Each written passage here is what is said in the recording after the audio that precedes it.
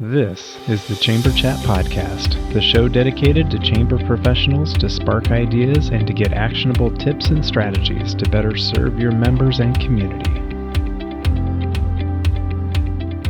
Hello, Chamber Champions. Welcome to Chamber Chat Podcast. I'm your host, Brandon Burton, and it's my goal here on the podcast to introduce you to people and ideas to better help you serve your chamber members and your community. Our title sponsor for this episode is Bringing Local Back.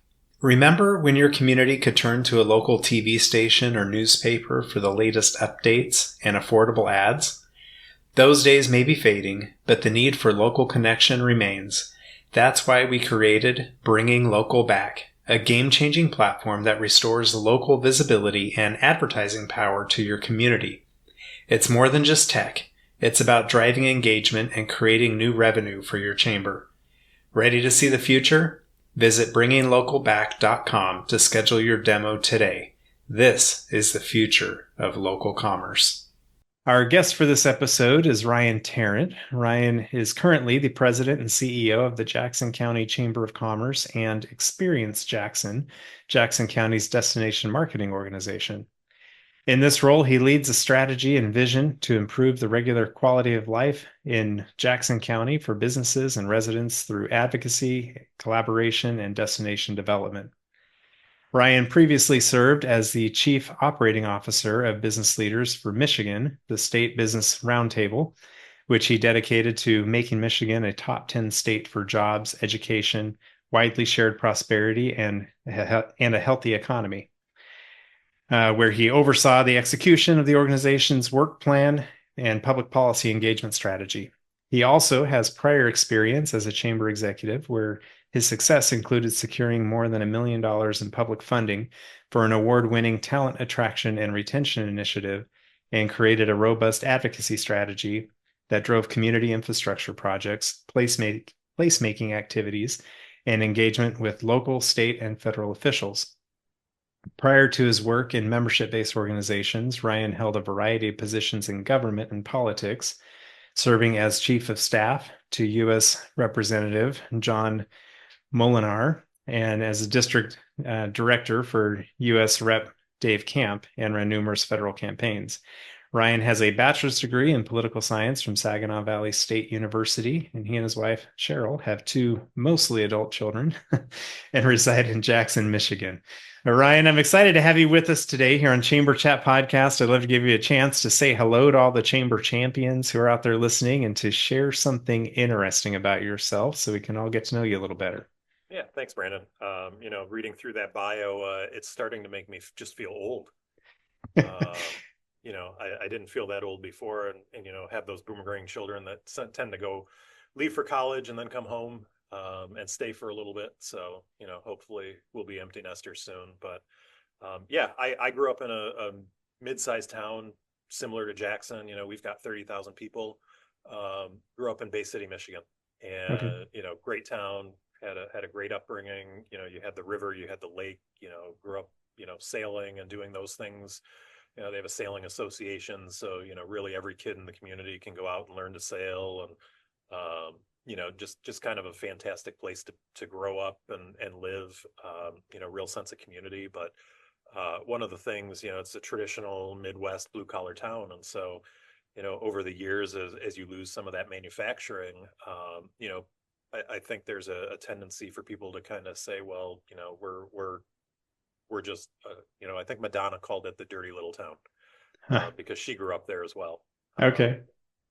So I think for me, growing up in Bay City, you had a region, and Bay City kind of always felt like that little bit of a red-headed stepchild. You had Midland with the headquarters of Dow, and you had Saginaw that was twice as big, and so you always felt a little bit less than maybe, but so I think that's what's kind of drawn me into the chamber world. Yeah, it turns you into a fighter, it sounds like. A little scrappy. Creative anyway. Yeah, that's good. So as far as the chamber goes, what's the size look like, staff, scope of work, things you guys are involved with? Yeah, so our chamber's about a little shy of 700 members, budget's a little north of 600,000. And then I also run Experience Jackson, which is our destination marketing organization, which is actually housed in the same building, but has a completely separate board. Had combined, we have a staff of 10, and then the combined budget's, roughly about 1.6 million or 1.7 million between the two. So two distinctly different missions. From the chamber perspective, we have a strategic plan that, really tries to put our members first. That customer service, what do our events look like? How are we connecting our members? You're kind of, if anybody thinks of a chamber, it's that traditional chamber experience. But it's really only, probably a quarter of a third of what we do. The other two pieces are how do we impact our community? What kinds of things can we take on? Can we convene and collaborate on to improve the community? And then the third leg of the stool for us is that government affairs and advocacy work. Here in Michigan, we've seen some changes for businesses on the public policy side, and how do we push back on that when we need to? How do we work with our elected officials on some of those issues? And so over the last year, I've been here, about 14 months. This year, we've had some issues with aggressive panhandling. Coming out of the pandemic, I think a lot more communities have dealt with homelessness, panhandling, and some of those types of issues, maybe more than they had in the past. Yeah. We got to the point where in our downtown specifically, it was getting pretty aggressive. We have a self-described progressive city council Okay. who had pushed back on it for a long time, and so we spent about 9 months working with them to come to a compromise agreement early in the summer to kind of abate that a little bit as far as that aggressive behavior, as far loitering and accosting. And so, had some success there.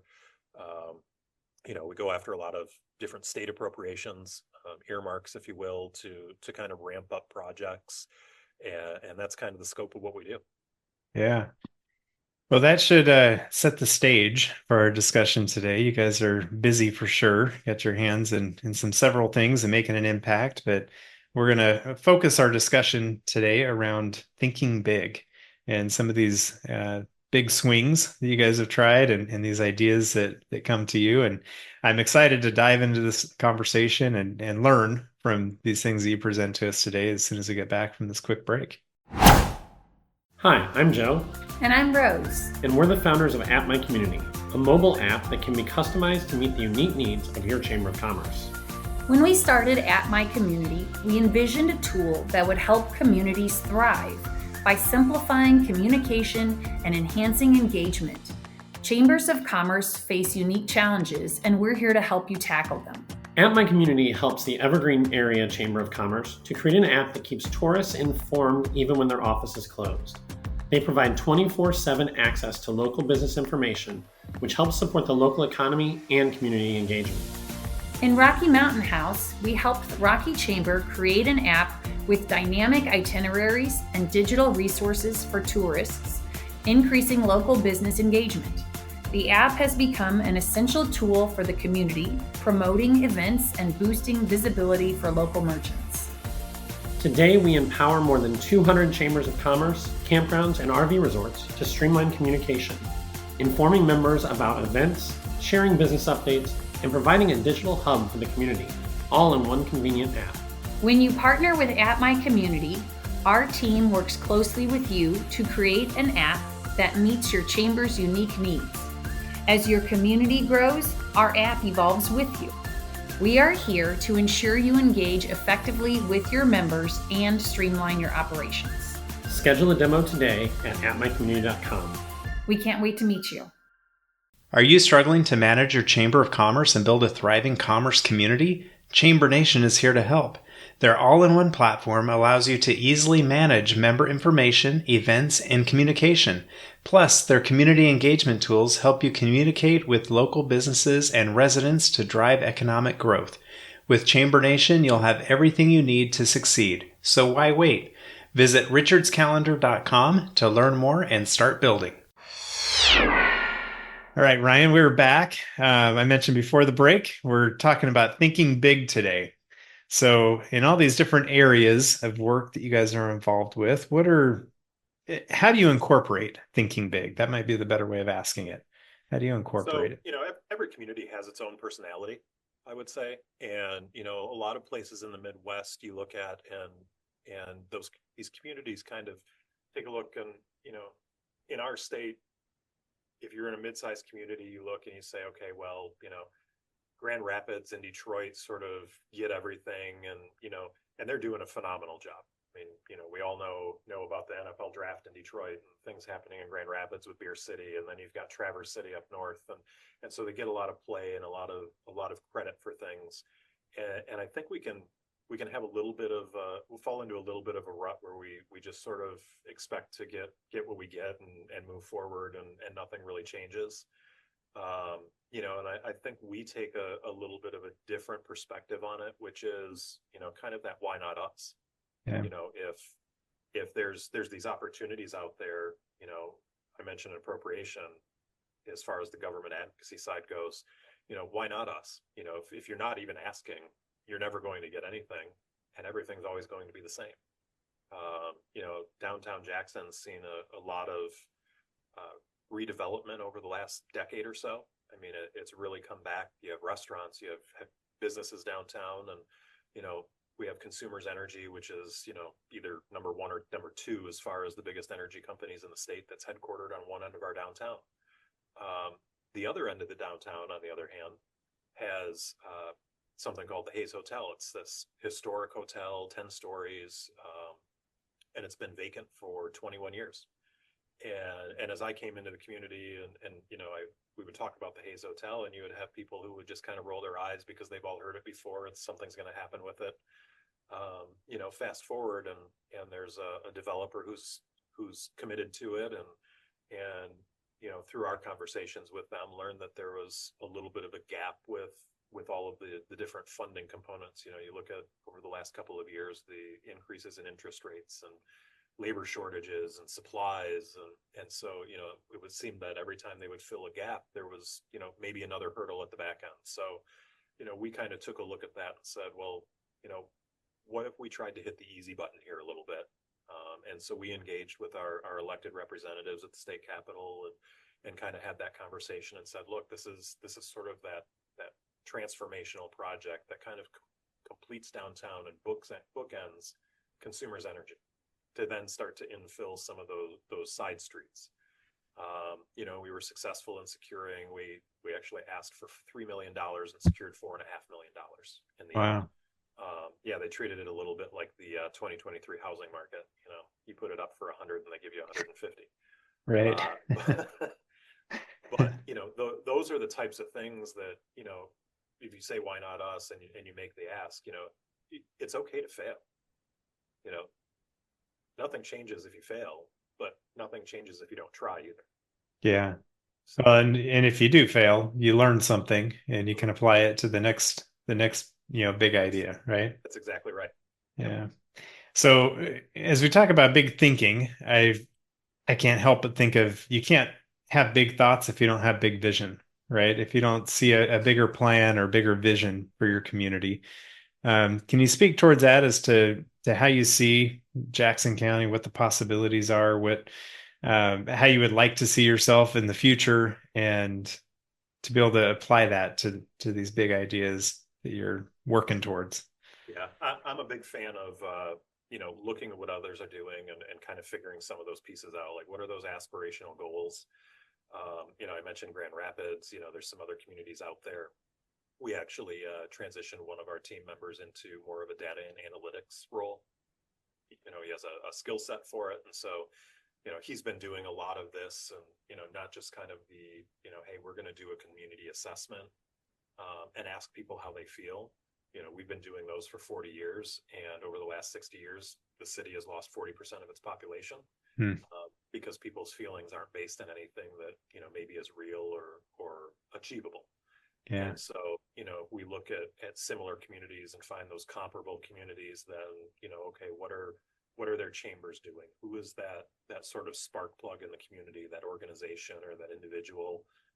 What's caused them to grow, to achieve additional educational attainment, those types of things. And so for us, over the last couple of months, we've started to look at some of those things. And you can look at Grand Rapids, and the things that we found are The two biggest keys to growth seem to be, persistence in your goal and strategies, and and then, having sort of some spark or some leader that actually moves it forward. And when I talk about that persistence, when you look at Grand Rapids, that downtown redevelopment in Grand Rapids started in the mid '70s when Gerald Ford was president. Hmm. The Secret Service, when he became president, told him he couldn't do a parade in his own hometown because there were so many vacant buildings, and they couldn't secure them. So, fast forward a few years, and they had a conference center come in, and then it was a civic arena, and then it was a medical mile and a 4-year institution. And it's been driven by, collaborative efforts, but also by a couple of larger corporations or families that are located there. Similar things can be seen around the country. You look at Bentonville, Arkansas, with the Walmart and Walton family. Yeah. And then you look at places that have the opportunity to do those things, but maybe don't have that one or two businesses or the individuals with wealth that can kind of pull it off and keep people together. And what does that look like? I talked with our peers in Mankato, Minnesota last week, and, talking to them, and that persistence is there too. They've over the last 40 years had these 20-year plans. I mean, they're telling me they're on number 3. And so Yeah. how do we create that? I mean, you're talking mid '80s. Yeah. How many changes of leadership have we had since the mid '80s? I've been in communities where you look at things and you go, okay, there's this collective group of leaders who have this vision and support each other and collaborate, but then you have one or two leave and you have another one retire. And if that vision isn't written down and you're not pulling in those successors immediately into those leadership roles and to help with that vision, it starts to fall apart. And so, it's that keeping people together and that consistency in what you're doing. Yeah. No, I love that, the creating that vision and being able to see where there's certain individuals in a community that maybe carry more influence. They might, and I'm not talking necessarily elected officials, but you gave the example of the Walton family, and they've got money, they've got influence, big business. How do you get those people within your community to kind of, I don't know how to say this in the way that I intend, but to engage, but to not be so hyper focused on their individual business growth and success, but to be able to look at the greater picture of the community and get them to engage in the community to see it grow and succeed by applying some of their skills and connections and abilities to the greater good. Yeah, and I think the biggest key there, I mean, you talk to economic developers, and what number 1 or number 2 is always people. If you're talking to site selectors on what's the first thing they look at if they're going to go into a community, right? It's, do you have the quality and quantity of workforce? So when you start talking to those whether it's an individual or a larger corporation, everything I try and do comes from a perspective of talent attraction and retention. Is this something that's going to help us attract and retain talent, or is it just something that we're doing to do, and how does it move the needle? On our destination marketing organization side, we're making a big outdoor push because we have something called the Irish Hills in our county, and there's opportunities for gravel biking out there, which is the fastest segment of cycling. We've got 11 miles of mountain biking trails in our one of our city parks that just needs to be regroomed and maybe added to. And so, how do we do that? Because now those things translate to those quality of life amenities that, when one of our major corporations or even, a physical therapy organization was hiring somebody out of college, do you want to go to Jackson or do you want to go to Chicago? And if you don't have those quality of life amenities, that, you're not going to compete with the big city lifestyle, but that's okay. Yeah. Utilize the assets you have, but make them as good as they can be. Yeah, that makes a lot of sense. That placemaking aspect is huge. And I love the example you gave of the Hayes Hotel. I'm in Texas, and there's a big historic hotel not too far from where I'm at that has been vacant since, I believe, the 50s. So it's quite the icon. People see it. But just now things are starting to happen to revitalize it, and it's great to see. It's great to see those success stories and to see it turn around, and it's something that builds a community around it too, where you can see progress happening on like a magnified level, right? Yeah, yeah, and those are the sort of transformational things that you see in a community that, Yeah, it's sort of I mentioned the last decade in downtown Jackson, and that to me is that transformational piece that sparks the next decade. absolutely. Um, are there some other big things that you've taken a swing at, or that would fall into this category of big thinking that we need to highlight? Yeah, so you mentioned big things, and I mentioned a lot of mid-sized communities out there. Sometimes I think in the chambers we can get hyper focused on our day to day. We're all so busy, and all of those things, but we've really got to kind of identify some of those swings. I mean, we can do that by focusing a little bit, right? Yeah, Making sure we're training our sites, and we leave that capacity for those big swings.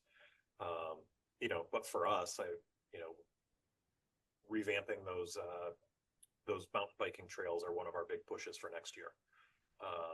Because what we've learned is if you're in that 12 to 20 mile range of mountain biking trails and you develop them, so I guess, and I'm learning about cycling right now. Apparently, it's like skiing. They have greens so little kids can do it, and people yeah, like me.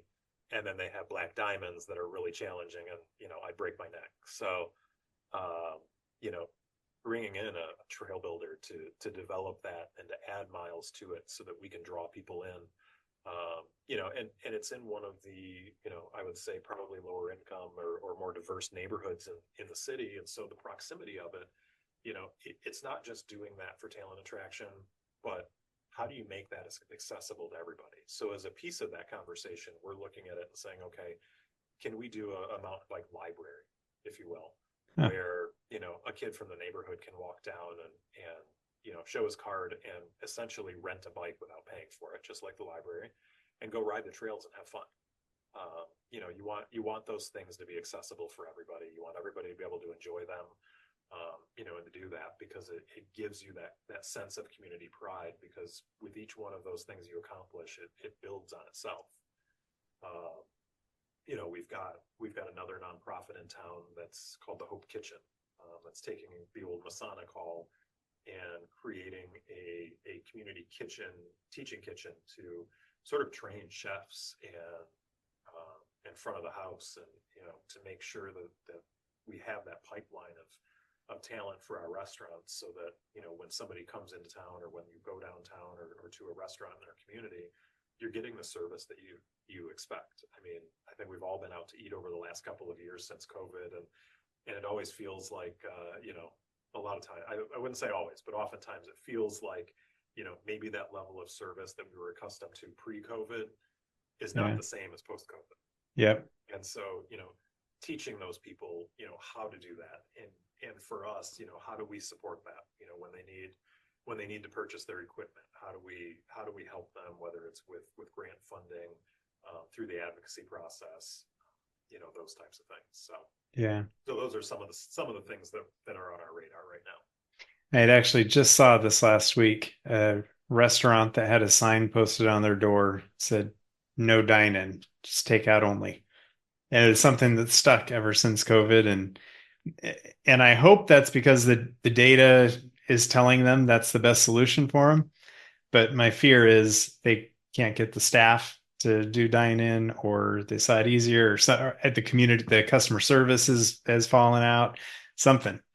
Yeah, But the worst one I saw was I actually tried to order a pizza online and got a note when I tried to click order, and it said, "We're short staffed. We're taking timed orders for tomorrow."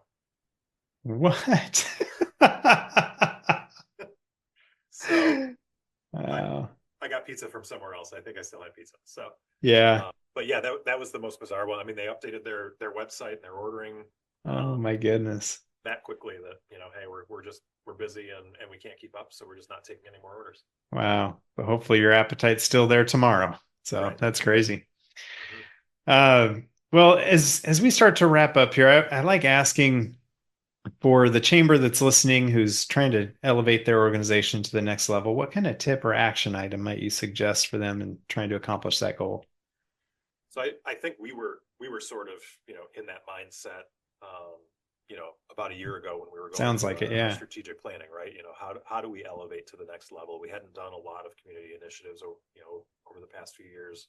We hadn't done a lot of advocacy work for our members over the past few years, and so, had been doing kind of this, event to event kind of mindset. And so one of the things that we did was we actually developed a survey for other chambers.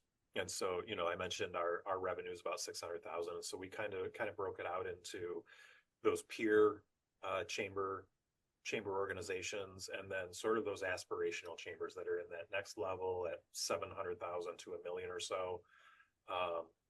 And we really went through and kind of said, how many events do you have that would be considered, kind of quote unquote premier events? Your annual meeting or your community awards, or those types of things. And how many of these advocacy pieces do you do? Kind of went down the line to try and benchmark a little bit to see, at different levels, is there a different, what does that look like? Are we doing something that's a little bit off? And what we found from it, it actually ended up getting 10 or 11 responses, and we targeted who we asked, but it was split evenly between those, smaller in our level, and then those larger organizations. And what we found was the larger you are, the less you do. It's hard to think about, but say it again, right? Or at least the forward facing of what you do is The less. Yeah. larger you are, because so many of us think of events, the less you do. Yeah. And it was that, it felt like as you got to that larger revenue size and you start to get north of 700,000, those organizations are focusing more, doing fewer premier events, probably doing them really well. But part of that is because they're transitioning from doing more events to more of that community-based work, more of that advocacy style work. And even within that advocacy work, they're more focused. They might pick 3 or 4 priorities that they want to work on versus having, 10 or 15 and throwing everything at the wall and seeing what sticks. So, Yeah. I think that next level for all of us is probably being more focused. We can fall into that. I mean, I'm as guilty as everybody else, right? We get so busy, that there's so many things going on, and sometimes it's hard to put that focus and pinpoint on that one thing that your members need. But I think at the end of the day, for us, if we can accomplish that top priority versus numbers 10 through 20, I think our members are going to be happier with us. We're going to continue to grow, and the community is going to be better for it in the future. Yeah. Well, it sounds like having your new data and analytics person is a great step in that direction to really focus. It does help to look at data. Fewer feelings, more things based in data. Really, I think helps us move the needle a little bit. So yeah. I just heard the other day somebody was trying to bring back an event after the pandemic, and they put out an email to all their followers and whatnot and said, if we get enough interest, we'll put it on. And there was like 300 or so people that responded, yeah, we want to do this.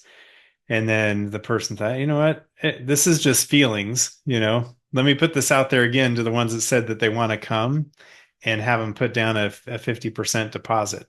And if we don't get enough, we'll refund everything. We won't do it. But if we get enough, we'll move forward.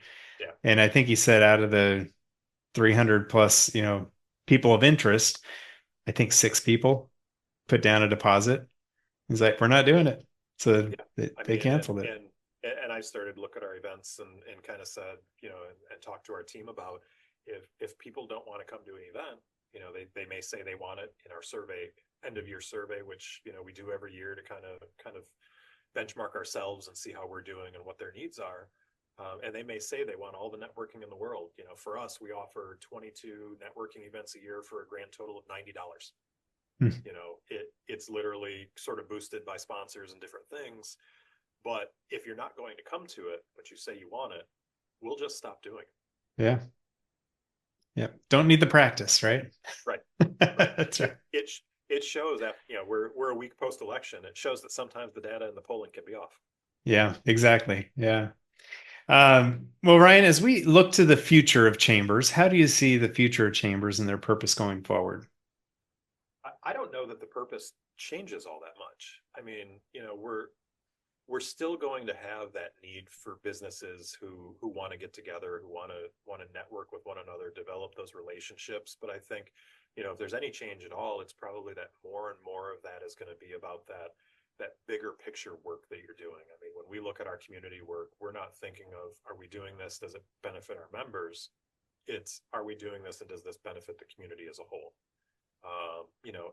If the city of Jackson grows and the county of Jackson grows and we have a bigger employer base, it certainly helps our members.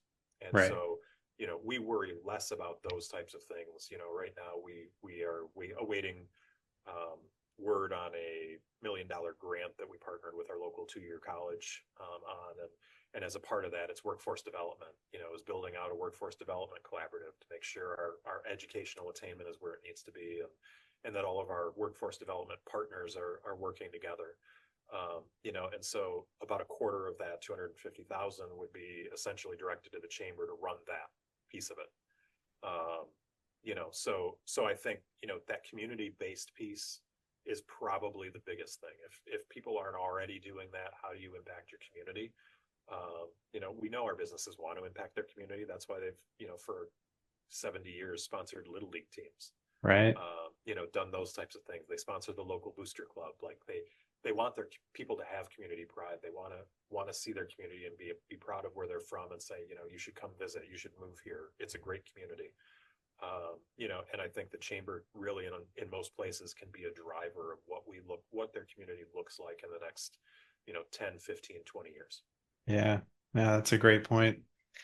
Well, Ryan, for listeners who may want to reach out and connect with you and maybe learn more about how you guys are doing things there in Jackson County, or maybe you're one of the aspirational chambers that they're looking up towards, but what would be the best way to point somebody to reach out and connect with you?